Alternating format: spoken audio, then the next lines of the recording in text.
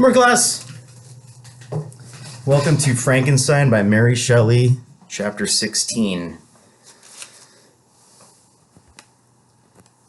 So the Frankenstein creation, the monster, is a very passionate, sensitive creature,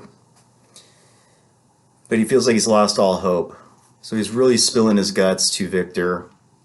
And we're not sure what yet, but we find out in 16. That's why I got some fresh sticky notes on this. So he starts out, he's so upset that he just goes into the forest at night and howls at the moon. Made me think, I wonder if this was kind of a precursor to the werewolf storyline, the whole howl at the moon thing. And then, of course, Ozzy Osbourne stole it from Shelley. So good job, Mary. One of the greatest heavy metal songs of all time. Sad, sad, sad, sad. The DeLacy's leave forever.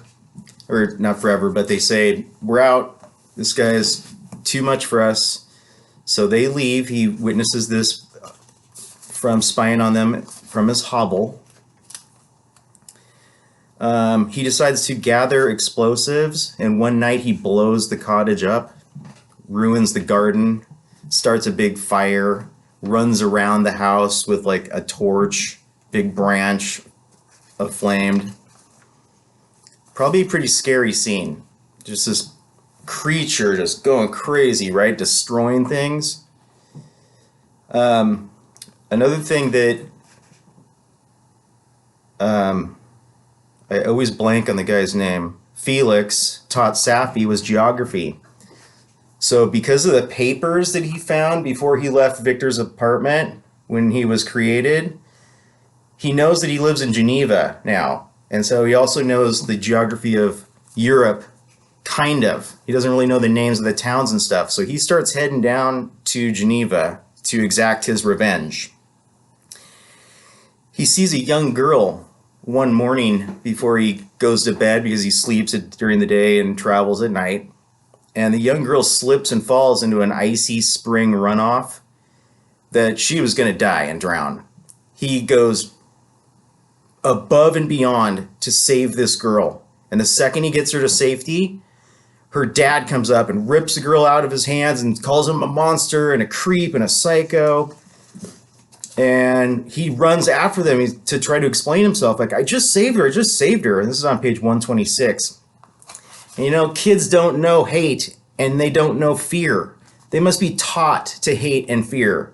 So right now, this dad is teaching that girl to fear and hate the different. The creature, the creation is different. The dad's teaching her to hate that.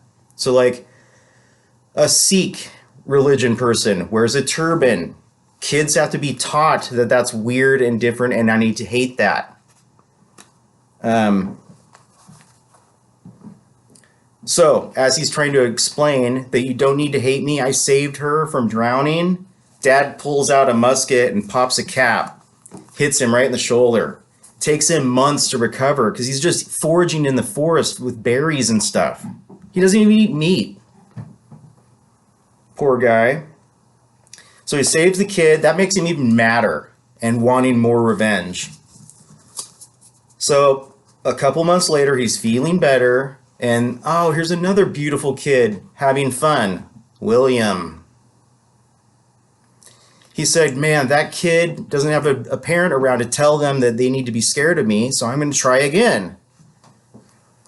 He goes up and he says, beautiful child who came running into the recess that I had chosen, the cave, with all the sportiveness of infancy. Suddenly, as I gazed on him, an idea seized me that this little creature was unprejudiced and had lived too short a time to have imbibed a horror of deformity. If therefore I could seize him and educate him as my companion and friend, I should not be so desolate in this peopled earth. He just wants a friend. But when he goes to William and says, hey man, how's it going? Want to be my friend? William goes, no! no, you horrible, hideous monster. And as he's crying and like trying to gesticulate his fear of this creature, Frankenstein's like going, no, you don't have to hide your face. You don't have to hide your face. Just look at me. I'm fine. I'm fine. I'm not going to hurt you. And they kind of start struggling, and he's crying and making a lot of noise. And the monster goes, you need to stop crying, and right now. And so at the bottom of 2127, the child still struggled and loaded me with epithets, racial slurs, which carried despair to my heart. I grasped his throat to silence him, and in a moment he lay dead at my feet. I gazed on my victim, and my heart swelled with exultation and hellish triumph, clapping my hands. So it's kind of weird. One time he's like really sensitive and crying and wants to just be friends and be loved, and then the next moment he's killing a kid. Last 2 pages, 128, he runs from the scene. Oh, first he removes that locket of their beautiful mom's portrait. He takes that and he looks at it and he goes, man, women are so good looking. On top of 128, I would love to be loved by a woman. And he runs into this barn he thought was abandoned. Justine is sleeping in there on the hay. He goes and looks at her and goes, well, yeah, she's okay, but she's not as good looking as the woman in the locket. And then he thinks, you know what?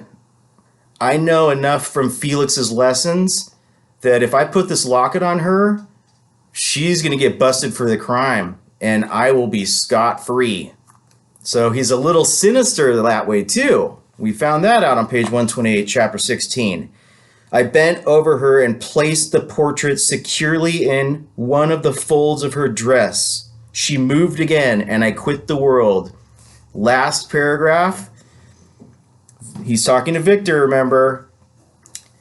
Man will not associate with me, but one as deformed and horrible as myself would not deny herself to me. My companion must be the same species and have the same defects. This being, Victor, you must create. The creature wants a boo. Not a boo from The Simpsons. A space boo, period. What is Victor going to do? We will find out tomorrow. I didn't do a persona today. Tomorrow, I'll have a freshie for you tomorrow, class. We'll see you next time. Good afternoon, class.